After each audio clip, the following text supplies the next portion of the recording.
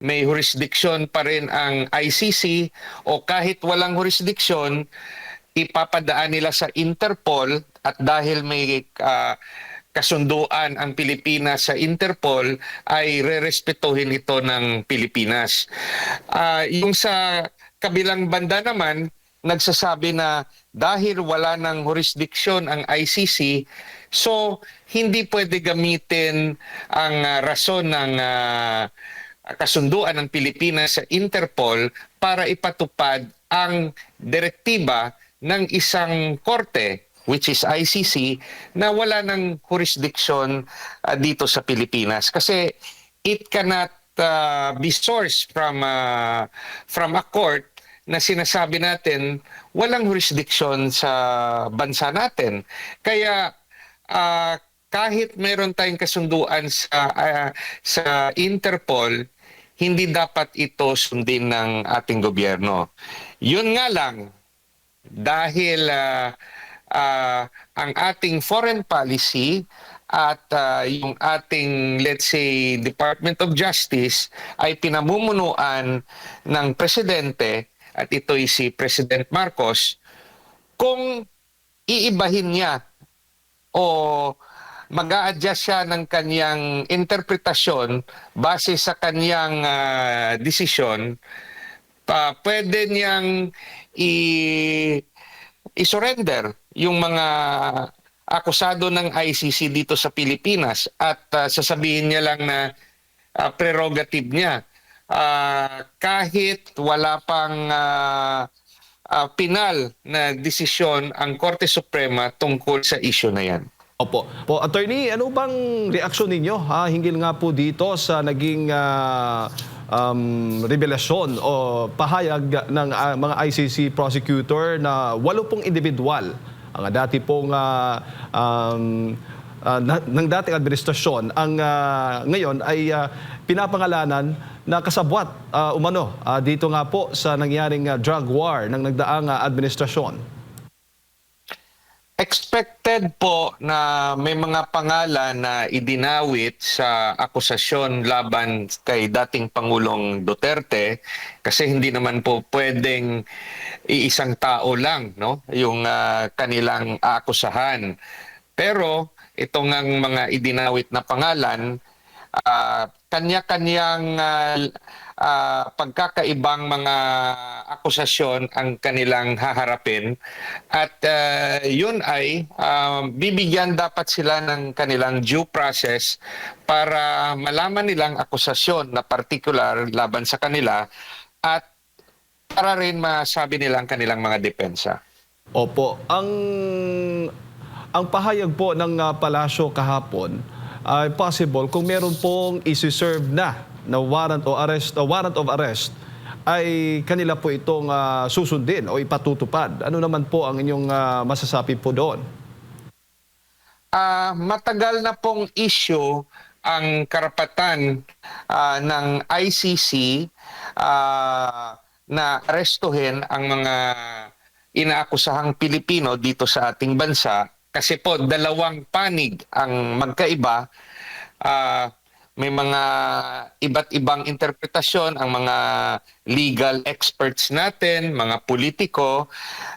Yung isang banda nagsasabi na may jurisdiction pa rin ang ICC o kahit walang jurisdiction, ipapadaan nila sa Interpol at dahil may kasunduan ang Pilipinas sa Interpol ay rerespetuhin ito ng Pilipinas. Yung sa kabilang banda naman, nagsasabi na dahil wala ng jurisdiction ang ICC, so hindi pwede gamitin ang rason ng kasunduan ng Pilipinas sa Interpol para ipatupad ang direktiba ng isang korte, which is ICC, na wala ng jurisdiction dito sa Pilipinas. Kasi it cannot be sourced from a court na sinasabi natin walang jurisdiction sa bansa natin. Kaya kahit meron tayong kasunduan sa Interpol, hindi dapat ito sundin ng ating gobyerno. Yun nga lang, dahil ang ating foreign policy at yung ating, let's say, Department of Justice ay pinamumunuan ng presidente, at ito'y si President Marcos, kung iibahin niya o mag-a-adjust siya ng kanyang interpretasyon base sa kanyang desisyon, pwede niyang i-surrender yung mga akusado ng ICC dito sa Pilipinas at sasabihin niya lang na prerogative niya. Kahit wala pang pinal na desisyon ang Korte Suprema tungkol sa issue na yan. Opo. Papaano naman ninyo nababasa itong hamon ng Malacanang na sinasabi nga huwag magtago kung hindi guilty? May obligasyon ho ba ang mga pinangalanan na makipag-ugnayan din po sa ICC? Individual na desisyon yan ng mga akusado, no? Kasi both sides meron silang karapatan, both sides tama sa kanilang paningin. Kung ikay akusado gaya ni Senator Bato de la Rosa o Senator Bongo, nasa isip mo bakit ka susunod sa isang arrest order na sa tingin mo at paniwala mo galing sa korte na walang jurisdiction sa iyong pagkatao. That is to your mind crazy, no? On the other hand, kung ikaw yung Marcos administration at sa tingin mo karapatan mo bilang presidente na isurrender ang kapwa mo Pilipino, siya yung may pananagutan kung yan yung magiging desisyon niya. Kasi ang aking posisyon sa bagay na ito, dapat ang Korte Suprema hindi na patagalin ang isyong ito. Meron ng kaso na na-file, no, yung pamilya ni former President Duterte through Attorney Torion na nag-question, no, sang ginawa ni PBBM na pagpapadala kay former President Duterte sa ICC.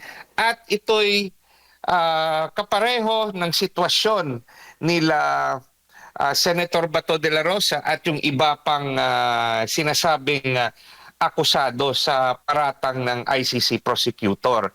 So, yung punot dulo ng usaping ito ay nasa kamay ng Philippine Supreme Court. At ako'y nananawagan bilang isang abogado at isang Pilipino na dapat tapusin na ang isyong ito at magkaroon na ng desisyon ang ating Korte Suprema gaya ng pagdesisyon ng ating Korte Suprema sa first impeachment complaint laban kay VP Sara. Kasi habang hindi dinisisyonan ng Korte Suprema ang isyong ito, hati ang bansa kung ano ba talaga ang legal at ano ang susundin.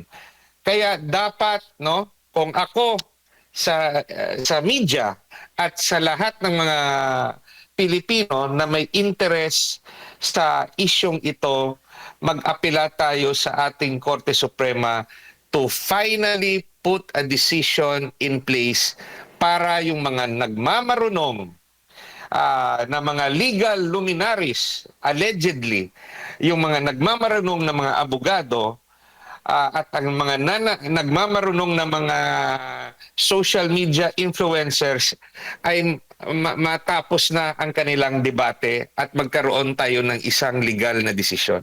Opo. Pero kung sakali man, attorney, na lumabas yung arrest warrant at ipinatupad ng ehekutibo, magmumukha bang walang silbi na ang Korte Suprema pag ganun po, attorney, na isinuko po yung mga Pilipino, itong mga individual na ito sa ICC? Ang personal kong opinion, sana nga, no, nung umpisa pa lang, nung naghingi ng injunction at restraining order ang pamilya ni dating Presidente Duterte at ni President Duterte mismo, sana mabilisan ng inaksyonan ng ating Korte Suprema ang bagay na ito. Ito'y isang national issue. Hindi ito nagbibigay ng legal stability at kasama na rin ng political stability sa ating bansa. Kasi habang hindi nagsasalita ang ating Korte Suprema, patuloy tayong magdedebate at patuloy na gagawin ng Marcos administration ang sa tingin niya ay tama sa kanyang paningin. Kaya only the Supreme Court will be the final arbiter sa isyong ito. Opo. At kung ganoon, attorney, kung maglalabas itong Supreme Court ng desisyon, hindi automatically na ipapadala itong mga individual na ito sa ICC tulad na nangyari kay dating Pangulong Rodrigo Roa Duterte. Dadaan sila sa korte.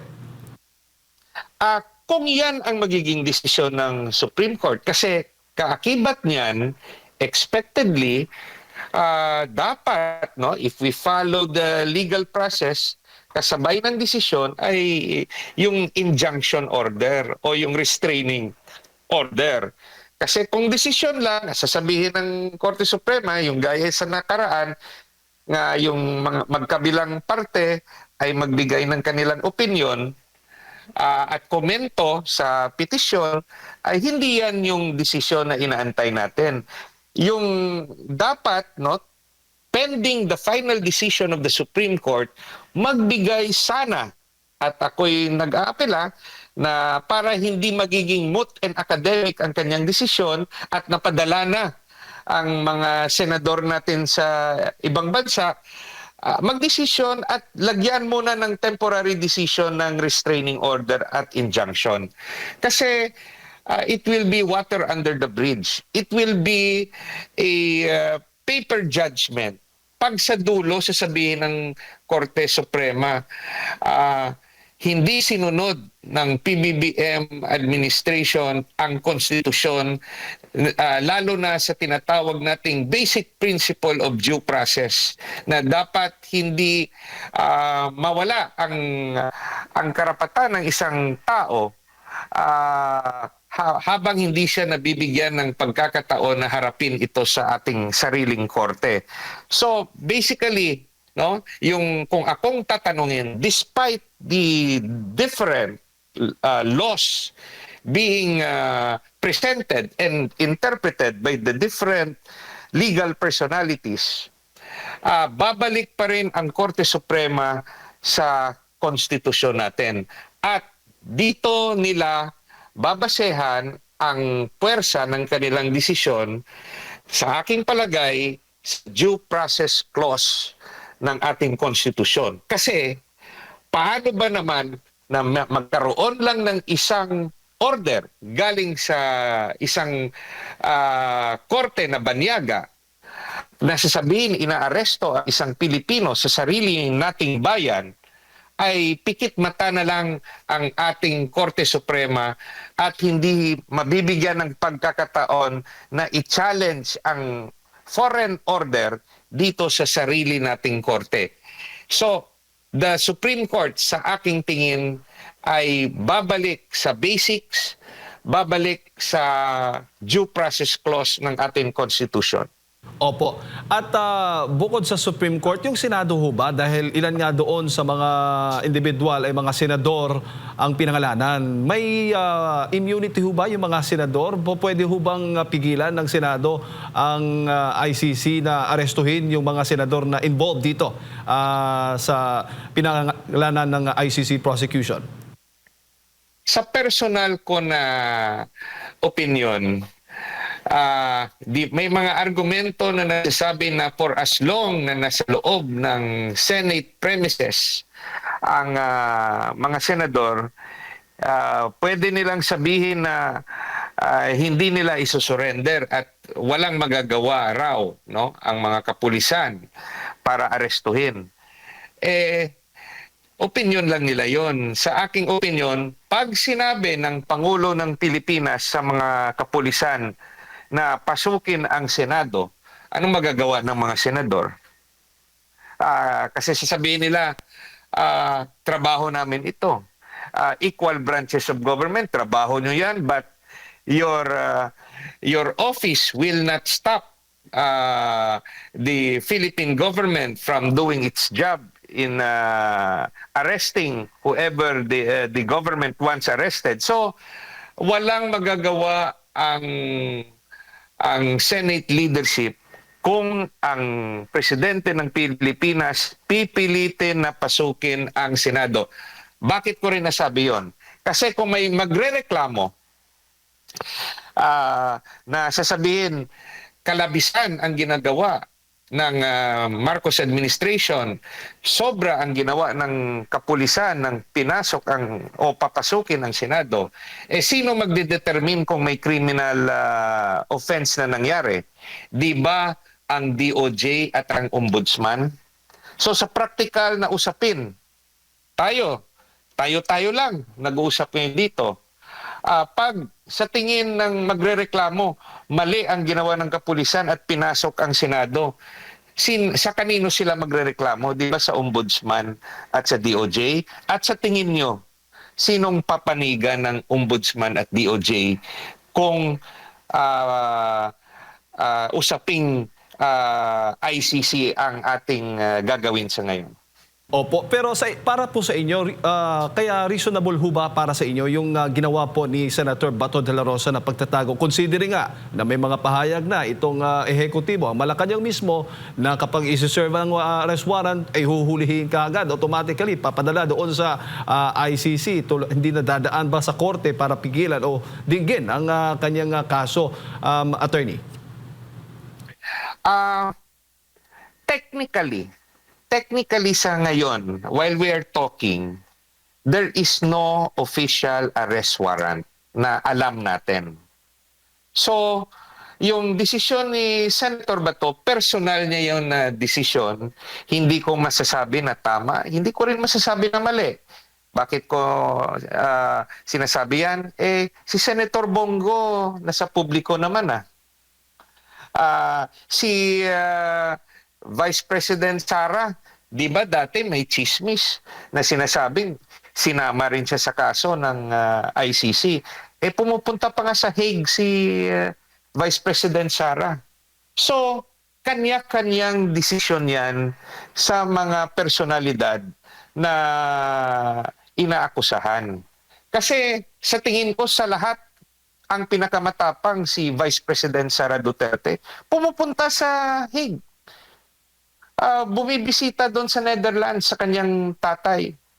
Kahit narinig niya o narinig rin natin na gusto siyang isali sa kaso. So, nasa individual yan kung ano yung kanyang magiging reaksyon. Kasi kung ilagay rin natin ang sarili natin sa kanila, talagang napakahirap ng kanilang hinaharap. Opo. Attorney, bago ko lang ipasa kay partner Admar, ang palasyo meron din pahayag na magandang venue rin po yung ICC para po dito dinggin yung mga kaso, litisin ang kaso ng dating Pangulo at ng iba pa na kasabwat nga o involved nitong drug war nung nakaraang administrasyon. Ano naman po ang reaksyon po niyo doon? Binabaliktad lang ng palasyo ang sa aking palagay ang dapat naging posisyon ng ating Philippine government. Kasi sa aking personal na opinion, kung may akusasyon na pagmamalabis sa drug war na ginawa ni dating Pangulong Duterte at ng Philippine government, ang dapat na challenge ay dito sa ating mga korte. At ang pinal na desisyon ay sa Korte Suprema. So, yan yung sa aking palagay. Sinasabi nga ng Philippine government na nung ibang opisyal, na mahirap daw dito ang kaso sa Pilipinas kasi baka hindi patas. Paano natin masabi yan? We are presently under the Marcos administration na kinakalaban ang yung grupo ni dating Pangulong Duterte. So, paano natin masasabi na bias yung korte o yung gobyerno bias in favor of the group of former President Duterte? Yun lang sa aking palagay dahil alam nila na mahihirapan silang kumuha ng sapat na ebidensya laban sa kay dating Pangulong Duterte na magtuturo na may kinalaman si dating Pangulong Duterte at magtuturo sa mga matataas na opisyal, kasi kung meron silang ebidensya baka limitado lang ito sa ibang personalidad ng mga pulis.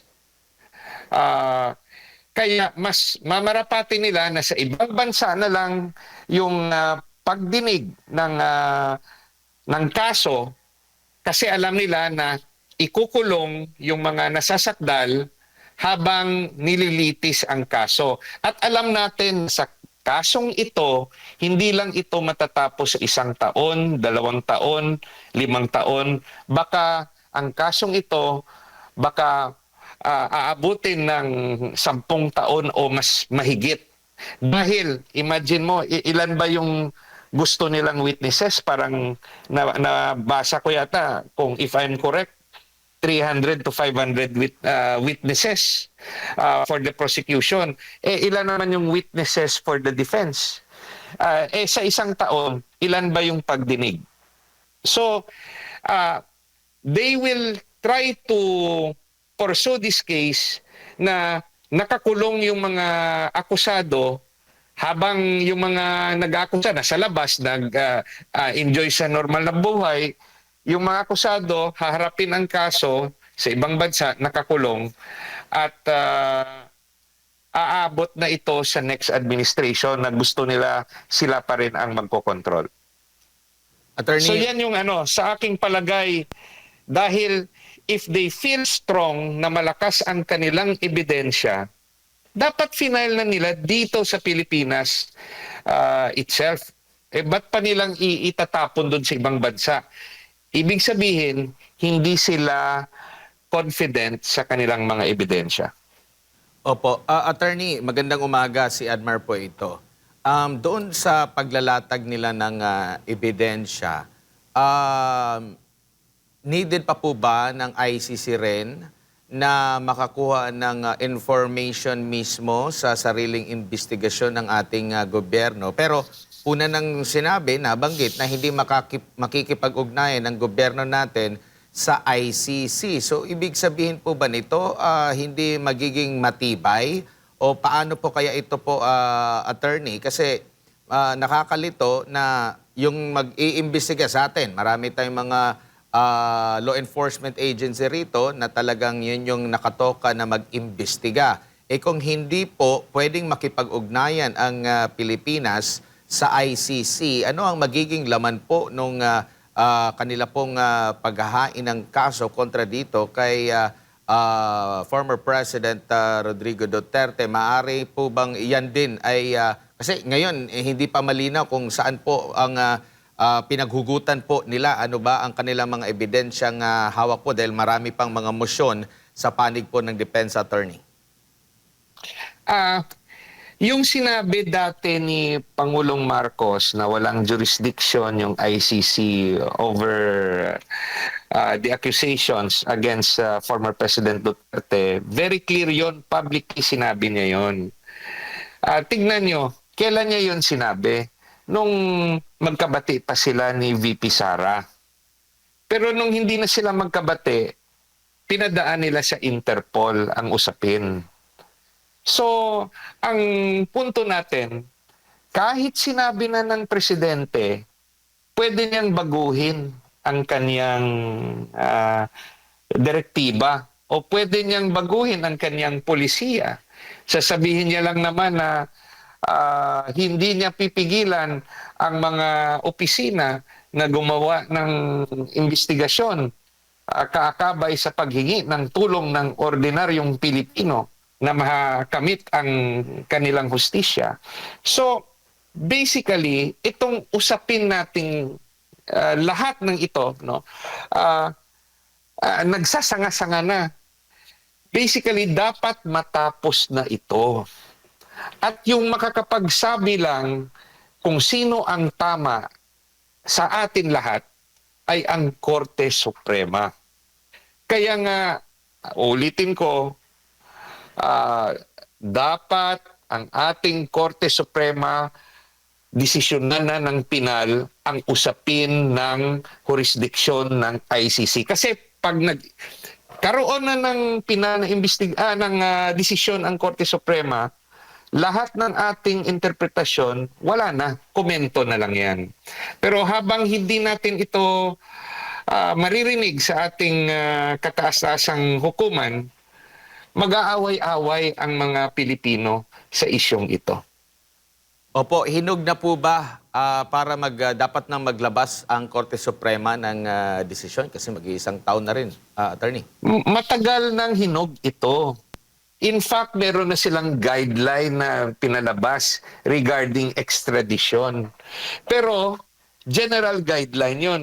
Pero yung reklamo tungkol sa pagdakip kay dating Pangulong Duterte at yung issue ng arrest order, hanggang ngayon, hindi pa rin nadidesisyonan ng ating Korte Suprema. Kaya, sana, no, ulitin ko bilang isang abogado at isang Pilipino, nag-aapela ako sa ating Korte Suprema na tapusin na ang isyong ito at desisyonan niya ito para magkaroon ng peace of mind both sa mga akusado at nag-aakusa para malaman natin ano yung tama. At hanggang hindi po ito na pagdidesisyonan po, kumbaga hindi rin ba natin masisisi na patuloy or magtatago yung mga maaakusahan po, attorney? Sabi ko nga, technically as of today, wala pa namang arrest order. So, si Senator Bato, hindi siya nagtatago, absent lang siya. No? Hindi natin alam yung nasa isipan ni Senator Bato. Pero kung tayo nasa lugar niya, ano ba yung gagawin natin under the same circumstance? Nung panahon ni Ping Lacson, nung siya inakusahan na sa tingin niya hindi tama ang akusasyon, ano ba ginawa ni Senator Lacson? Pero tayo naman, kung granting, tayo naman yung nag-aakusa laban sa ibang tao na sa tingin natin may kasalanan sa ating pamilya, ano naman yung mararamdaman natin? Sasabihin rin natin, hindi ginagawa ng gobyerno ang trabaho nito. Yun nga lang, para mabalanse lahat, kasi kanya-kanya tayong interes. Dahil nga, hindi pa nadidesisyonan ang particular na issue ng legality under Philippine law ng ICC order implementation, sana magdesisyon na ang ating Korte Suprema. Kasi kahit former justice pa yung magbigay ng opinion, kahit isa sa mga sitting justice ang magbigay ng opinion, kung hindi ang Korte Suprema mismo bilang isang institusyon ang magbigay ng desisyon, ay hindi natin alam ano talaga ang tama. At dahil diyan, patuloy na ginagawa ng Malacanang ang sa tingin niya tama na ginagawa niya. At patuloy rin ang gagawin ng mga akusado ang sa tingin ng mga senador at yung mga ibang opisyal na dapat gawin nila para maproteksyonan yung kanilang karapatang pantao. So that's the problem right now, because there is no ending to the debates dahil nga wala pang desisyon. Opo. Pero Attorney, generally, nakikita po ninyo na ito'y purely legal ba o may halo talagang politika? Ah, yung example ko nga kanina, nung magkasundo pa si President Bongbong at si Vice President Sara, ah, dinakip ba si Tatay Digong? Ah, inipit ba si former President Duterte? Inipit ba si Senator Bato na may question sa arrest order? Di ba wala? Kasi sabi ni President Bongbong Marcos dati, the ICC no longer has jurisdiction over the accusations against former President Duterte. Pero nung hindi na sila magkasundo, nabigla na lang tayong lahat. Inaresto siya. Pauwi siya galing Hong Kong. Kung nasa isip yun ni former President Duterte, dapat hindi na siya nagpa-Hong Kong. Ba't pa siya pumunta doon? Dahil sa tingin niya, hindi mangyayari yung nangyari sa kanya. Nalaman niya na lang nung pauwi na siya na meron palang ganyang issue at matapang niya na hinarap yon. No? Pwede siya sanang magtago doon sa Hong Kong, humingi ng political asylum sa ibang bansa, pero hindi niya ginawa. Nagdesisyon siya na nagbibigay siya ng tiwala sa justice system ng Pilipinas, nagbibigay siya ng tiwala sa Korte Suprema. Kaya nga naghain sila ng petisyon, no? Through Attorney Torion, no? Yun nga lang, ako'y nagtataka, bakit hindi pa rin dinisisyonan ng Korte Suprema? It's way too late. Yung tao nandun na sa ibang bansa.